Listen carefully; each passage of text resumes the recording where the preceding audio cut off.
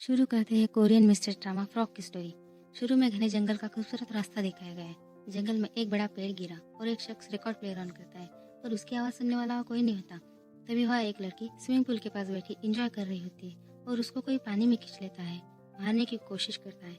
फिर घने जंगल में आग के सामने खड़े होकर एक शख्स पीछे मुड़कर देखता है तो गिरने की आवाज़ हुई भी थी या सिर्फ सन्नाटा था।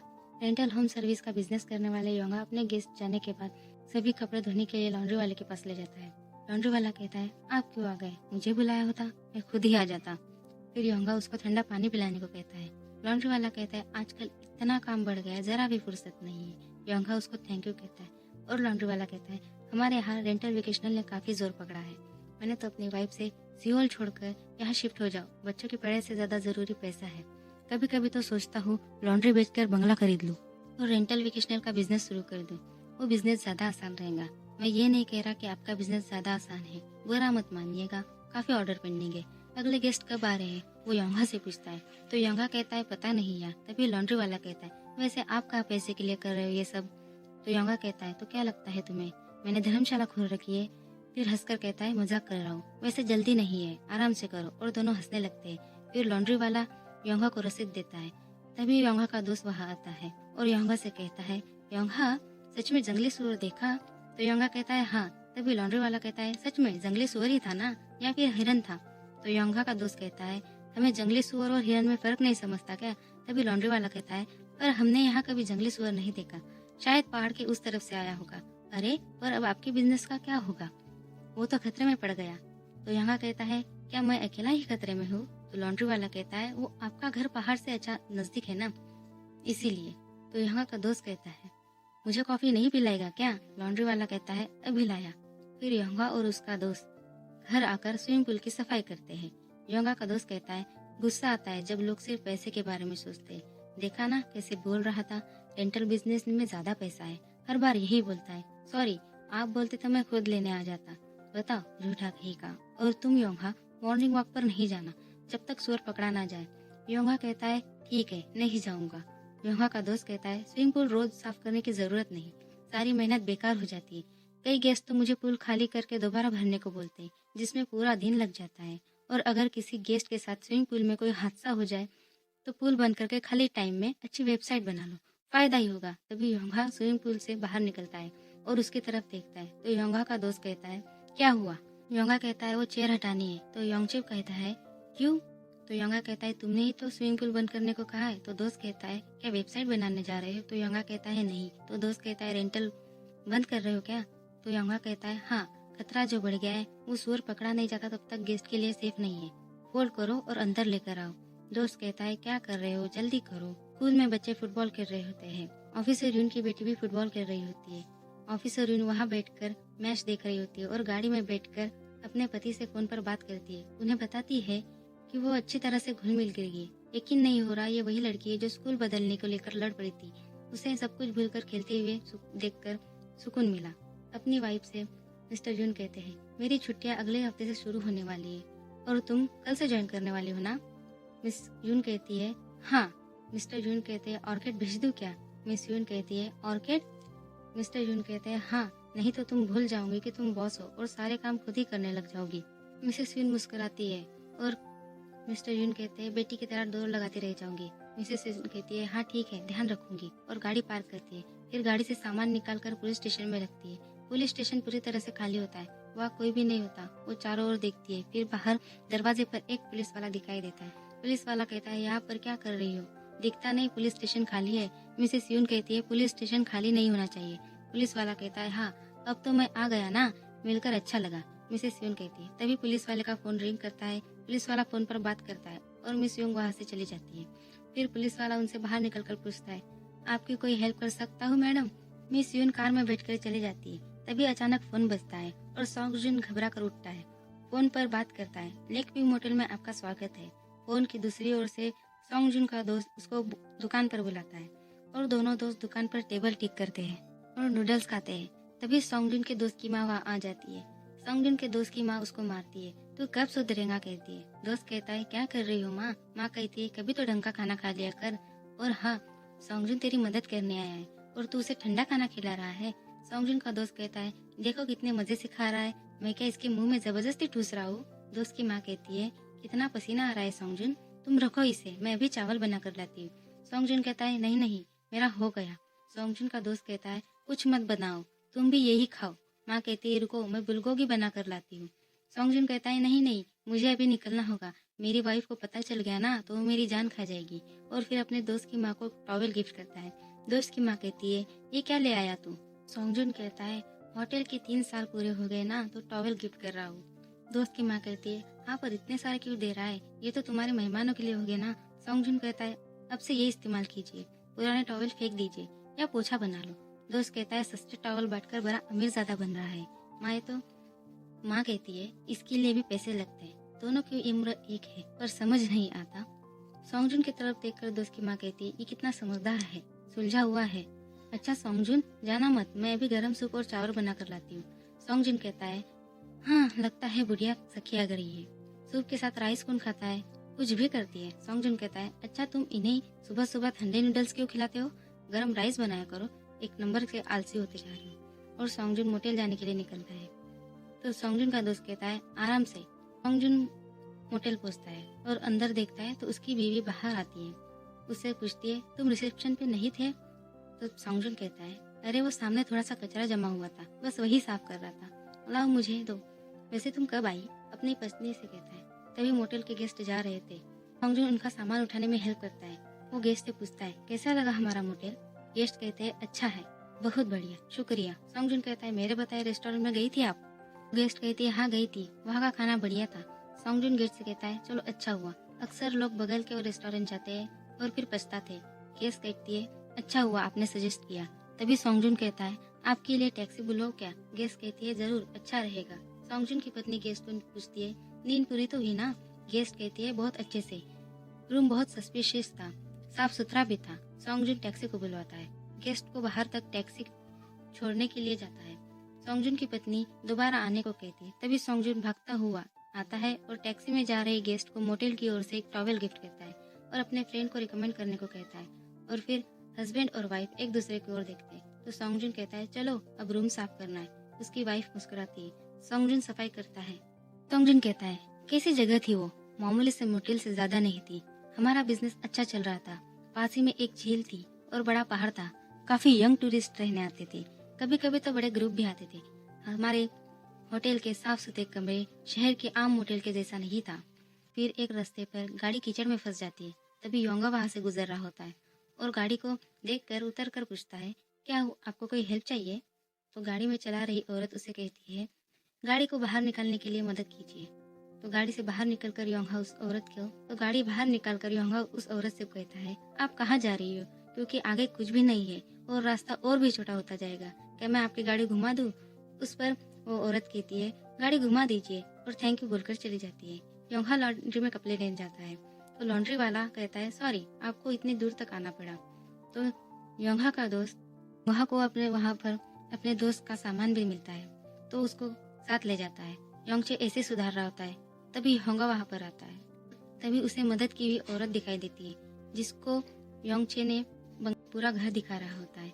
योंगचे योंगा को बंगला दिखा रहा होता है और गेस्ट को कहता है, ये यहाँ के रेंटल से काफी बड़ा और बहुत साफ सुथरा रेंटल है, जबकि शहर के सस्ते रेंटल के मुकाबले लाख गुना बेहतर है, क्योंकि वो सिर्फ बाहर से ही अच्छे दिखते हैं लेकिन सारी सस्ती चीजें इस्तेमाल करते हैं। एक बात बताऊं, यह घर सिर्फ खास लोगों को रेंट पर मिलता है, जान पहचान ना हो तो मालिक अलाउ नहीं करता। गेस्ट का बच्चा सियोन चेयर पर चढ़कर मस्ती कर रहा होता है तो सियोन की मॉम उसे चुपचाप नीचे बैठने को कहती है और सियोन नीचे बैठ जाता है। फिर योंगचे स्विमिंग पूल है यहाँ पर ये भी कहता है। सियोन की आंटी कहती है, एक्चुअली मुझे पानी से डर लगता है। फिर योंगचे सियोन से कहता है, बेटा जी क्या कर रहे हो, क्या हम सब पूल में खेलने चले? सियोन अपने माँ की तरफ देखता है और फिर हाँ कहता है तो योंगचे खुश होकर कहता है, कितने प्यारे हो। योंगचे पूल में पानी भरवाता है और योंगा पूल को रेडी करता है। योंगा चेयर साफ करता है तो सियोन वहीं पर बैठकर अपने खिलौने के साथ खेलता है। तो योंगा उसे पूछता है, यह तुम्हारा दोस्त है क्या? और उसे लेकर चलाने की कोशिश करता है पर चलता नहीं। वो चेक करता है तो उसमें बैटरी नहीं होती। सियोन की मॉम आती है और सियोन इस खिलौने को छुपा देता है। मॉम गाड़ी से सामान निकालती है। योंगा सामान लेकर जाता है तो सियोन की मॉम उनसे पूछती है, क्या आपका रिकॉर्ड प्लेयर चल रहा है? तो योंगा कहता है, मेरी बीवी को इसका शौक था। और फिर बारिश होने लगती है। योंगचे और सियोन स्विमिंग पूल में खेल रहे होते हैं, फिर बारिश में भीग जाते हैं, साथ में योंगा को भी भिगा देते हैं। तभी लेक व्यू मोटेल के पास हाईवे पर भारी बारिश में एक कार रुकती है जिसमें एक अनजान शख्स बैठा होता है।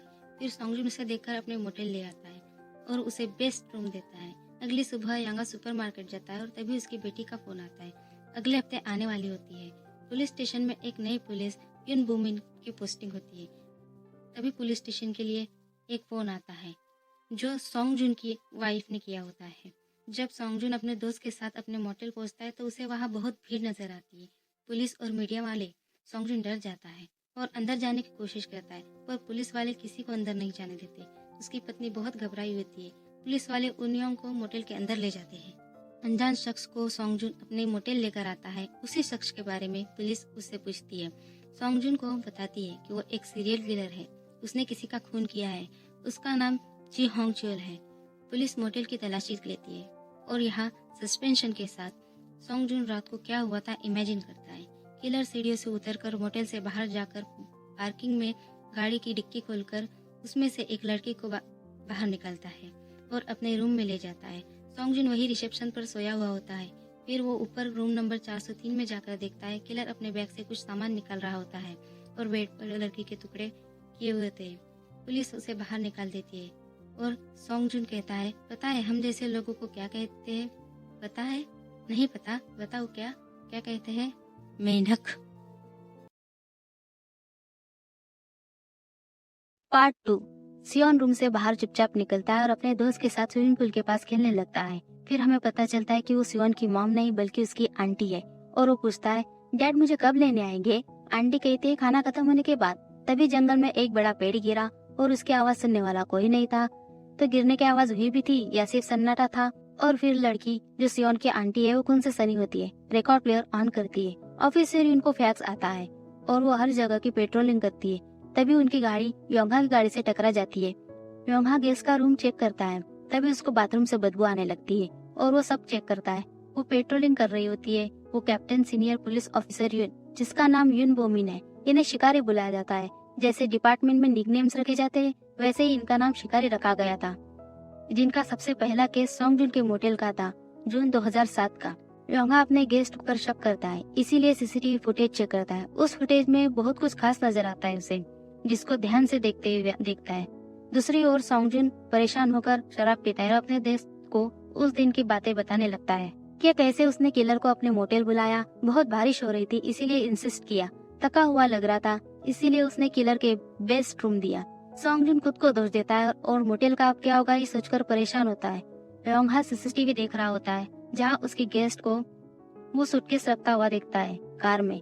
फिर वो गिर जाती है और फिर उसको लगता है वो जो सोच रहा है या सोचता है उसके दिमाग का वहम तो नहीं। और अगर मैंने किसी को बता दिया और बाहर निकल जाता है और कहता है तो अंजाम क्या हो सकता है। और बाथरूम में सफाई करते करते सब कुछ भूलने का फैसला करता है और रोज की तरह सारे काम फिर से करने लगता है। और फिर सारा धोने का सामान लॉन्ड्री बैग में पैक करता है और लॉन्ड्री वाले को जल्दी धोने के लिए कहता है। लॉन्ड्री वाला कहता है हमेशा 10 टॉवेल होते हैं, आज 8 ही है, शायद 2 घर पर रह गए। योंगा दौड़ते हुए रेंटल होम पहुंचता है और टॉवेल को ढूंढता है और उसको एक टॉवेल बालकनी में मिलता है जो उसने सियोन को दिया था। उसे लेकर नीचे आता है तभी दरवाजे पर एक औरत आवाज लगाती है, कोई है? और कहती है मैं पुलिस से हूँ। और वो ऑफिसर युनबिन वहाँ आ जाती है और अपना कार्ड योंगा को देती है और पूछती है कल आपको ज्यादा चोट तो नहीं आई? और वहाँ से जाने लगती है और योंगा से कहती है ये जगह बहुत सुंदर है, कभी आऊंगी अपने फैमिली के साथ। और पूछती है आपको मुझसे कुछ कहना है क्या? योंगा कहता है नहीं मैडम और वहाँ से चली जाती है। तभी भारी बारिश में सभी मीडिया वाले अपने कैमरास के साथ खड़े होते हैं और पुलिस सीरियल किलर को पकड़कर ले जा रही होती है और योंगा गैस से और सियोन से जुड़ी चीजें जला देता है। पुलिस किलर को मोटेल लेकर आती है और उसे मर्डर कैसे किया ये बताती है और किलर उन्हें करके बताता है। इधर योंगा सीडी प्लेयर को साफ करता है और अपनी पहली जगह पर रख देता है और स्टोर रूम भी लॉक कर देता है।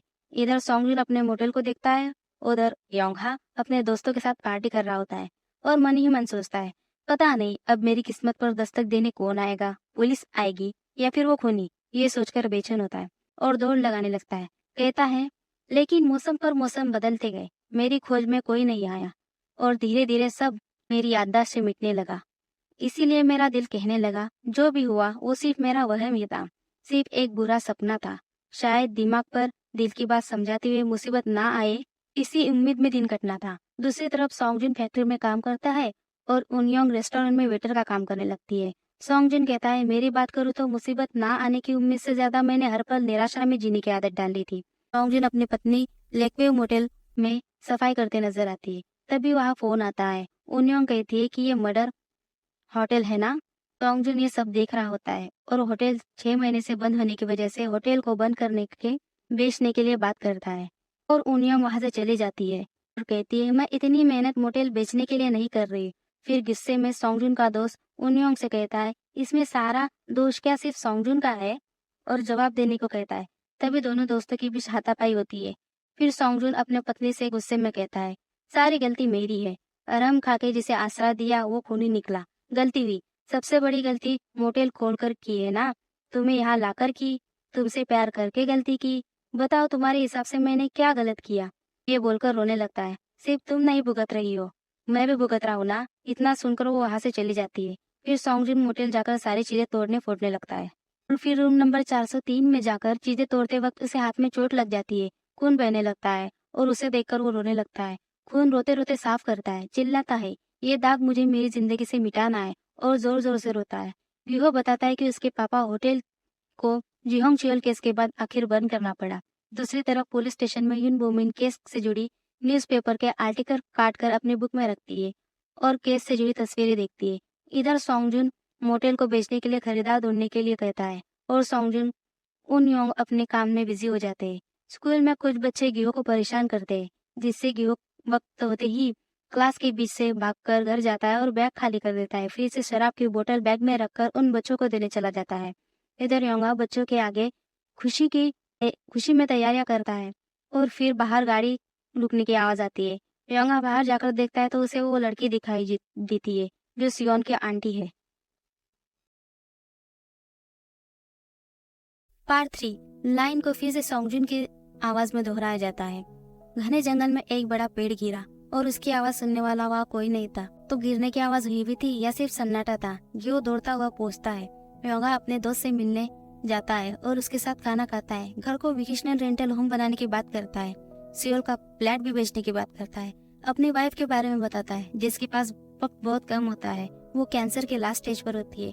उसके पास कुछ ही वक्त बचा है जीने के लिए और उसे वक्त मिले, इसलिए वो सब कुछ बेचने के लिए तैयार था, लेकिन वो उसे सिर्फ वेकेशनल रेंटल ही दे सका और उसकी याद में मेरे पास सिर्फ यही है, वेकेशनल रेंटल होम। योंगा याद करता है और फिर दरवाजा खुलता है तो बाहर रेड कलर की कार खड़ी होती है और उसमें से सियोन की आंटी बाहर निकलती है। उसे देखकर योंगा चौंक जाता है और पूछता है, मैं आपकी क्या मदद कर सकता हूँ। सियोन की आंटी, आज रात यहाँ रुक सकती हूँ? सॉरी, बुकिंग का टाइम नहीं मिला। योंगा मना कर देता है। तभी वहाँ योंगा की बेटी आती है और वो कहती है कि वो यहाँ रात तक रुकेंगी। जिसू के डॉगी की तबीयत खराब हो गई है तो हम आपको रूम दे सकते हैं। और सियोन की आंटी थैंक यू कहती है। योंगा परेशान हो जाता है और फिर डिनर की तैयारी करता है और योंगा की बेटी सियोन की आंटी को चाबी देती है और कहती है, योंगचे अंकल डिनर पर नहीं आ रहे क्या? तो योंगा कहता है, अभी तो वो हॉस्पिटल में है। योंगा की बेटी कहती है, हॉस्पिटल? योंगा कहता है, हाँ, उसे चोट लगी थी। और फिर सियोन की आंटी अपने रूम में अकेली बैठी होती है और योंगा अपनी बेटी और जिसू के साथ बाहर डिनर कर रहा होता है। तभी वहाँ सियोन की आंटी आती है और योंगा की बेटी को वाइन की बोतल गिफ्ट करती है। योंगा की बेटी कहती है, इसकी कोई जरूरत नहीं थी। तो सियोन की आंटी कहती है, शुक्रिया कहने का तरीका है, क्योंकि तुम्हारी जगह कोई और होता तो पता नहीं मैं कहाँ रहती। तभी जिसू कहता है, हम लोग चीज केक लाए हैं, आप ट्राई करना चाहोगी? योंगा कहता है, मैं लाता हूँ, वाइन के लिए ग्लास भी तो लाने हैं। तो सियोन की आंटी उसके पीछे जाने लगती है और कहती है, अंकल जी, लिविंग रूम में जो रिकॉर्ड प्लेयर है वो क्या अभी भी काम करता है? योंगा कहता है, सॉरी, वो टूट गया है। सियोन की आंटी ये सुनकर मुस्कुराती है और वापस अपने रेंटल में चली जाती है और योंगा की बेटी और जिसू अपने फैमिली के लिए के साथ निकलने लगते हैं। तभी रेंटल में सियोन की आंटी वाइन पीती नजर आती है और सब कुछ अजीब तरह से मुस्कुराते हुए देख रही होती है और योंगा सो जाता है और नींद से घबरा कर याद करता है उसकी बीवी गार्डन में गड्ढा कर रही होती है और रो रही होती है। योंगा उसे रुकने को कहता है, बस करो कहता है और उसे गले लगाता है और जब अपनी पत्नी को देखता है तो उसे सियोन की आंटी दिखाई देती है। फिर उसकी नींद खुल जाती है और दौड़ते हुए बाहर निकलता है रेंटल की ओर देखता है पर उसे कोई नजर नहीं आता। फिर वो रेंटल होम में जाकर चेक करता है पर उसे वहाँ कोई नजर नहीं आता।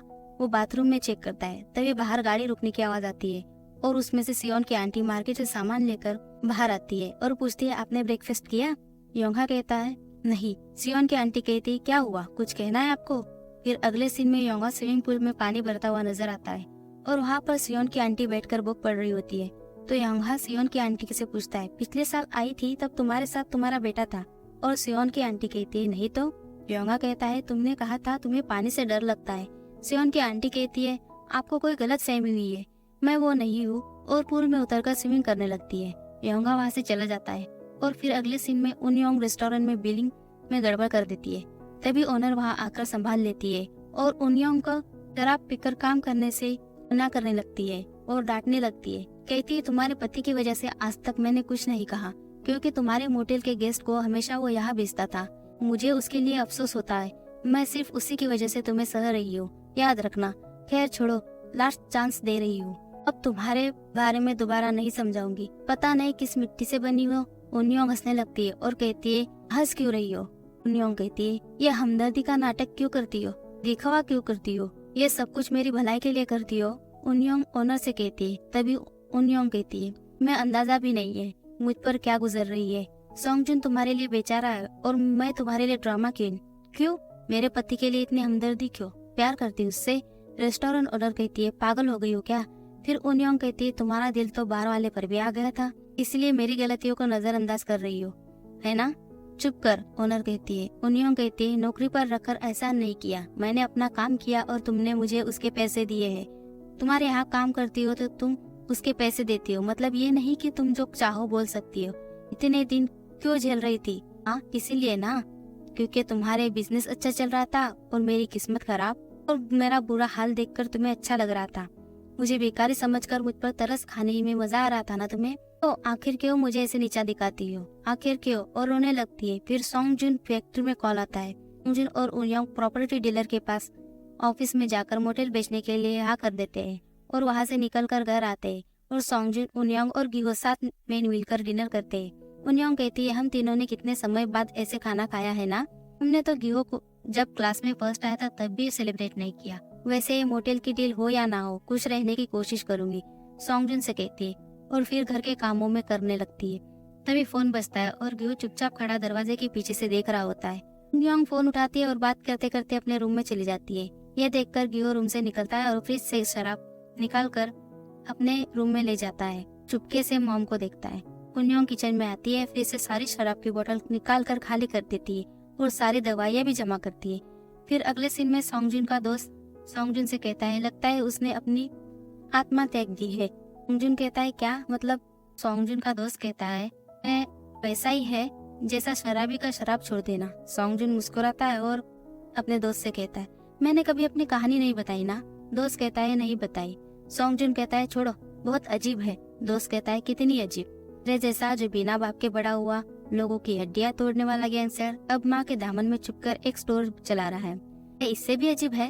दोनों दोस्त हंसते हैं। सॉन्गजुन कहता है, तुम जीत गए, और कहता है, बचपन में ही मत ऐसी थी। 17 साल का था जब माँ बाप मर गए। जिस चाचा के साथ रहता था वो जुआ खेलने के लिए हमारे सारे पैसे लेकर भाग गया। मेरे पास ना घर था ना रिश्तेदार थे, ख्याल रखने के लिए तो कोई भी नहीं। तो कंस्ट्रक्शन साइट पर मजदूरी की, उन्हीं मजदूरी के साथ पला बढ़ा। कॉन्ट्रैक्टर कैसे होते हैं पता है ना तुम्हें? कॉन्ट्रैक्टर्स अलग अलग शहरों में काम लेते हैं और मैं वहाँ भटकते भटकते एक दिन फैक्ट्री का मैनेजर बन गया। फैक्ट्री का मैनेजर भी एक दिन भाग गया।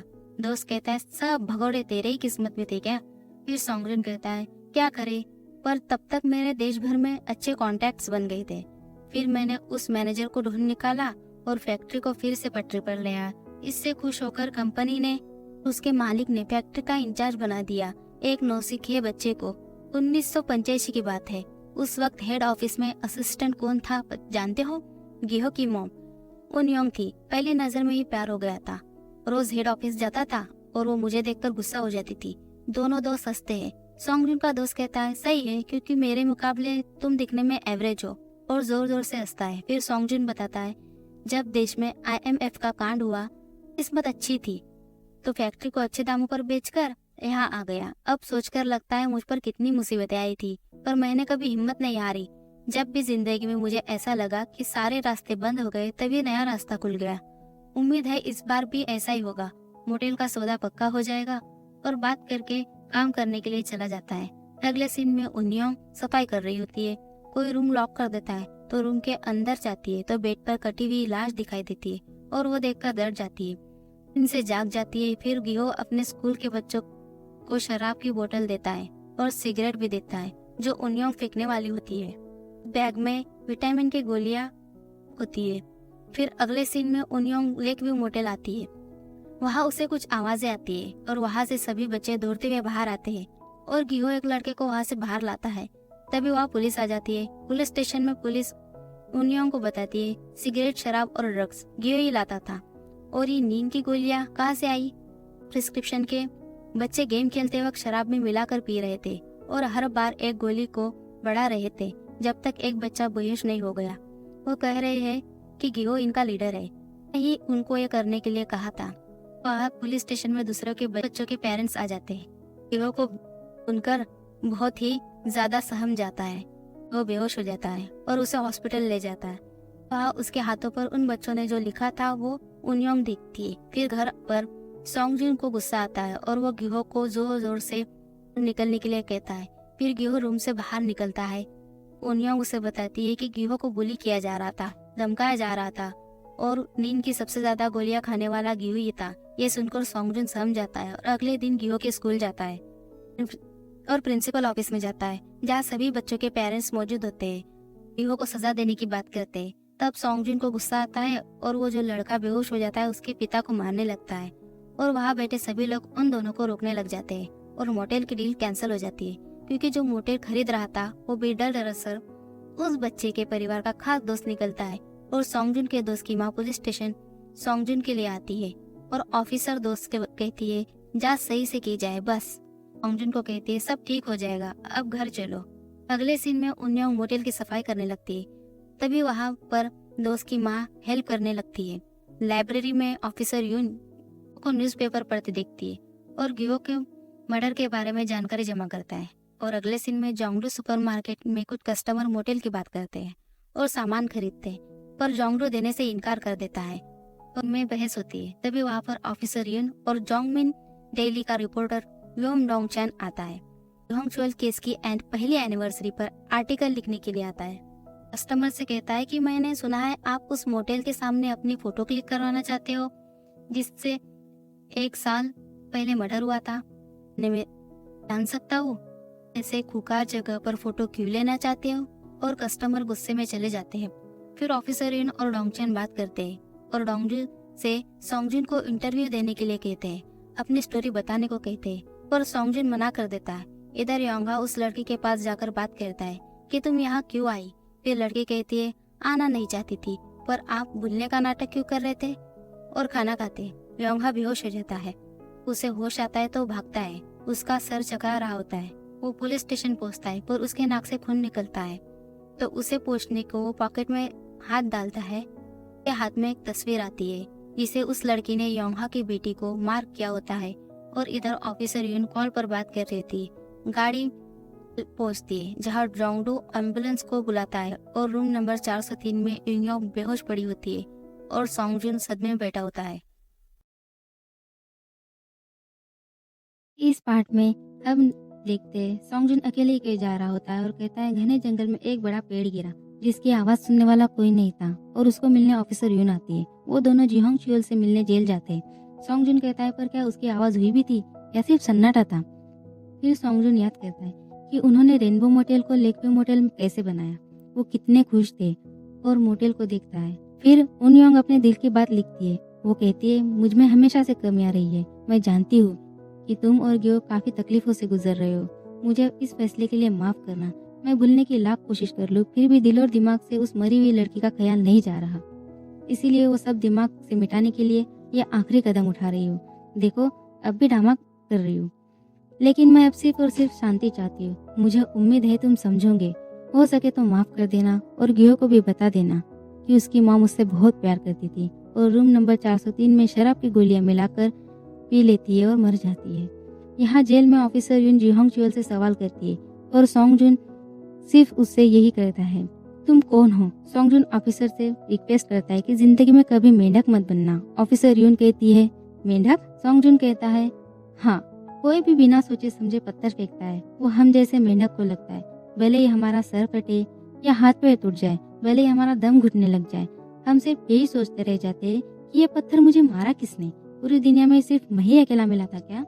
इधर योंगा सियोल अपने बेटी के फार्मेसी पर पहुंचता है और नजर रखता है कहीं सियोन की आंटी वहां तो नहीं आ गई ना। तभी वहां जीसू आ जाता है और योंगा को उसके हॉस्पिटल में ले जाता है। अपनी बेटी हुईसॉन से मिलता है। हुईसॉन खाना खाने के लिए कहती है लेकिन योंगा मना कर देता है। हुईसॉन पूछती है, कहीं जाना है क्या? योंगा कहता है, हाँ, योंगचे अंकल से मिलने जाना है। तो हुईसॉन कहती है, योंगचे अंकल सियोल के हॉस्पिटल में है? योंगा कहता है, हाँ, और जाने के लिए कार के पास खड़ा होकर जीसू से बात करता है। तभी ईसॉन आकर योंगचे के लिए कुछ सप्लीमेंट देती है और मिलने के लिए कहती है। योंगा कहता है, नहीं, उसे शर्म आती है। ईसॉन कहती है, इस उम्र में उन्हें फ्रैक्चर का ज्यादा ध्यान रखना चाहिए, और अपने पापा योंगा को भी सप्लीमेंट्स देती है। तभी उसे वहाँ रेंटल होम वाली लड़की दिखाई देती है। योंगा उसका पीछा करता है। पीछा करते वक्त उससे गाड़ी से टकरा जाता है और फिर वहाँ से निकलकर अपने दोस्त योंगचे से मिलने जाता है और उसे जीसू और सियोन को, ईसॉन को तुम सियोल में ही हो यही बताना और रेंटल होम के लड़की के बारे में बताने का सोचता है, पर बताता नहीं। योंगा को भी उस लड़की के बारे में जानना होता है। फिर योंगा अगले सीन में ऑफिसर यून अपने दूसरे ऑफिसर के साथ रेस्टोरेंट में खाना खाती है और ऑफिसर सॉन्ग जुन से जो पैसे लिए उसके बारे में बताती है। ऑफिसर कहता है, कैसा लगा? मेरा मतलब जीहोंग च्योल से मिलके। ऑफिसर यून कहती है, मैं सिर्फ उनकी मदद कर रही थी। ऑफिसर पूछता है, तुम्हारा खून खोल उठा होगा, तुम्हें पुलिस क्यों बनना था? ऑफिसर यून कहती है, इत्तेफाक से बन गई। ऑफिसर कहता है, तुम्हारे साथ ही होते हैं इत्तेफाक। स्पोर्ट खेलती थी क्या? ऑफिसर यून कहती है, नहीं, रनिंग करती थी। ऑफिसर कहता है, तेज दौड़ती होगी। ऑफिसर यून कहती है, ज्यादा नहीं। ऑफिसर कहता है, शायद उसमें माहिर बन जाती, मतलब तुम्हें भागा दौड़ी करते करते भागा दौड़ी वाला काम ही चुन लिया। और फिर पूछता है, वो फोटोज क्यों लिए तुमने? तुम्हें ये सब पसंद है? कत्ल, लाशें, खून के धब्बे, ऐसे मुजरिम, इनमें दिलचस्पी रखती हो? मुझे सच बता सकती हो, डरने की जरूरत नहीं, किसी और को नहीं बताऊंगा। तुम्हें अजीब लोग लगेगा, तुम्हें खून खराबा और मुजरिम में दिलचस्पी है, पर मैं समझ सकता हूँ। मैंने सुना है साइकिल वाले चोर को तुमने ही पकड़ा है, फिर एक को तुम्हें शक हुआ और वो भी शातिर मुस्लिम निकला। दोनों बार तुम्हें अपनी मासूमियत से इसे इत्तेफाक बताकर सब भुला दिया, पर ये सच नहीं। क्या तुमने उन लोगों को बचाने के लिए मकसद से पकड़ा था? नहीं ना। आज जीहोंग च्योल से सिर्फ सांगजुन के लिए मिलने नहीं गई थी, नहीं ना? तुमने मुझे कॉल कर कर मिलने की इजाजत इसीलिए मांगी क्योंकि तुम खुद उससे मिलना चाहती थी। कई अच्छे डिटेक्टिव होते हैं जिनके दिमाग पर मुजरिमों के लिए खून सवार होता है, पर तुम जैसों के अंदर इंस्टिक्ट होता है। मुझे लगता है तुम सुराग और सबूत ढूंढने के लिए ही पैदा हुई हो। ऑफिसर यून कहती है, आप क्या बोल रहे हो? मुझे समझ नहीं आ रहा। ऑफिसर कहता है, अगर इत्तेफाक से बढ़कर आगे निकलना चाहती हो तो क्राइम यूनिट ज्वाइन कर लो। साइकिल लेकर लेक व्यू मोटेल पहुंचती है और तस्वीरें खींचती है और हॉस्पिटल में योंगा को हा सियोन के नाम से बुकिंग की गई थी ये बताता है, और योंगा सोचता है उसने उस बच्चे के नाम से बुकिंग की थी और जो नंबर दिया था वो आउट ऑफ सर्विस था। हॉस्पिटल से निकलकर उस लड़के के पास मेरे रेंटल की चाबी थी और उसने मेरी बेटी के फोटो भी देख ली थी, लेकिन मैं तो उसका नाम भी नहीं जाता। और रेंटल होम पहुंचता है। वहाँ पहुंच कर देखता है रेंटल होम कलर हो चुका था। अगले सीन में लड़की नर्सरी से पौधे खरीदती है। उसका इंतजार करता योंगा वहीं पर बैठा हुआ था। वो लड़की योंगा से पूछती है, कल रात कहीं बाहर गए थे, आप मेरे साथ लंच करोगे? योंगा कहता है, मुझे भी उसके बारे में जानना था, और उस पर नजर रखने लगता है। उसकी चीजों की तलाशी लेता है और उसको कुछ नहीं मिलता। फिर उसको लैपटॉप मिलता है और उसे खोल नहीं पाता पासवर्ड की वजह से। वो लैपटॉप को लेकर हार्डवेयर शॉप जाता है और वहाँ वो लड़की ये सब देख लेती है। स्टोर वाला कहता है, इसे खोल तो सकता हूँ, पर इसे पहले फॉर्मेट करना होगा। योंगा कहता है, डेटा डिलीट हो जाएगा? स्टोर वाला कहता है, हाँ, और लैपटॉप को लेकर वापस रेंटल होम पहुंचता है। तभी रास्ते में 2 बड़े कंटेनर दिखाई देते हैं और रेंटल होम पहुंचकर देखता है तो वहाँ हर जगह पर सिर्फ पौधे ही पौधे रखे होते हैं और वो लड़की सारी पेंटिंग्स को फाड़ कर पूल में फेंक देती है।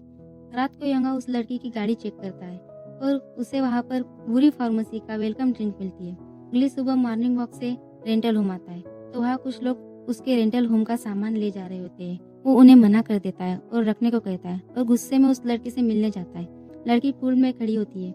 योंगा पुल में उतरकर उसे मारने की कोशिश करता है पर मार नहीं पाता और रात को पुल खाली कर देता है।